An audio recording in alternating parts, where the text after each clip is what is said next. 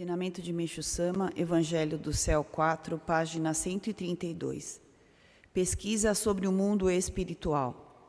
Quando nasce, o ser humano recebe uma missão com uma vocação para ser útil à sociedade humana, ou seja, dedicar-se à humanidade.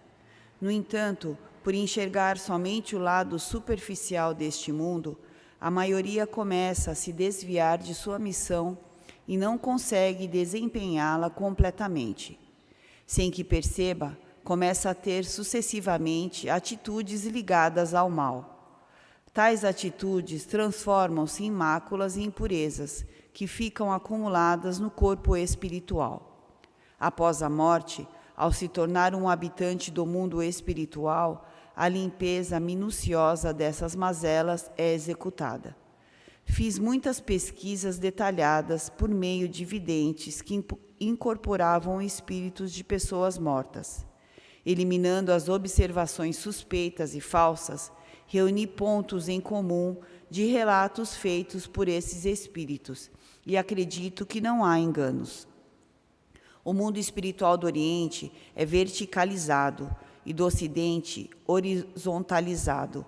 O do Japão é o mais vertical dentre os países do Oriente. Por essa razão, a hierarquia da sociedade japonesa é organizada verticalmente, enquanto no Ocidente ela é baseada em ideias de igualdade. Gostaria que, ao lerem esse relato, considerassem essa diferença, pois essa pesquisa foi feita no Japão. Originalmente, o mundo espiritual é composto por 3 reinos: o reino do céu, o reino intermediário, que no shintoísmo é denominado Yatimata, e o reino infernal, cada um deles subdivididos em 3 níveis, denominados como superior, médio e inferior. Após a morte, as pessoas comuns vão para o Yatimata.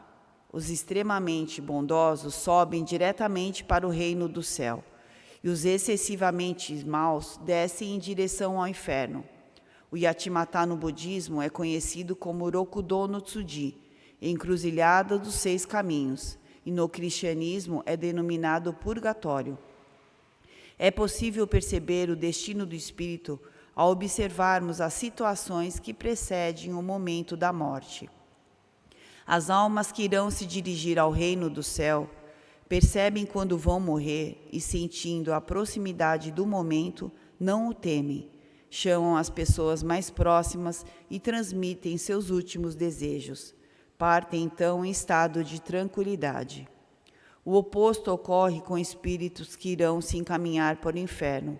Ao confrontarem a morte, sofrem muito e experimentam intensa agonia no momento final.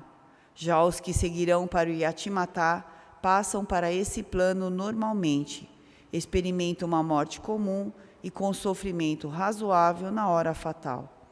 Esse local é para onde a maioria da humanidade se encaminha. Outro ponto relevante diz respeito à fisionomia do cadáver, cujas características também demonstram o destino do espírito. Os que foram para o reino do céu apresentam fisionomia corada, viçosa e sem nenhum sinal de sofrimento, como se ainda estivessem vivos. Já os que se dirigiram ao nível infernal ficam com o rosto escuro ou azulado e apresentam uma expressão de muito sofrimento. Aqueles que foram para o plano intermediário exibem um semblante amarelado e representam a maior parte dos mortos. Em primeiro lugar, falarei sobre os espíritos que irão para o Yatimata, plano intermediário. Após a morte, eles atravessam o rio chamado Sanzu. Neste momento, um Datsueba, encarregado, verifica a cor da roupa.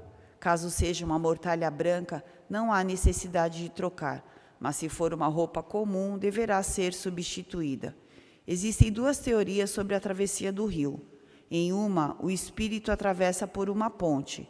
Na outra, tal ponte não existe, e a travessia é feita pela superfície que não contém água, mas abriga inúmeros dragões que remexem seus corpos como ondas e aparentam ser a água do rio. Finalizada a travessia, a roupa branca tinge-se de cor. Para os que possuem maior quantidade de máculas e impurezas, as vestes adquirem cor preta. e de forma paulatina passam para o azul, o vermelho e o amarelo, até tornarem-se menos intensas. Entre os espíritos que possuem poucas máculas, os trajes permanecem brancos. Portanto, a cor evidencia a quantidade de máculas de cada um.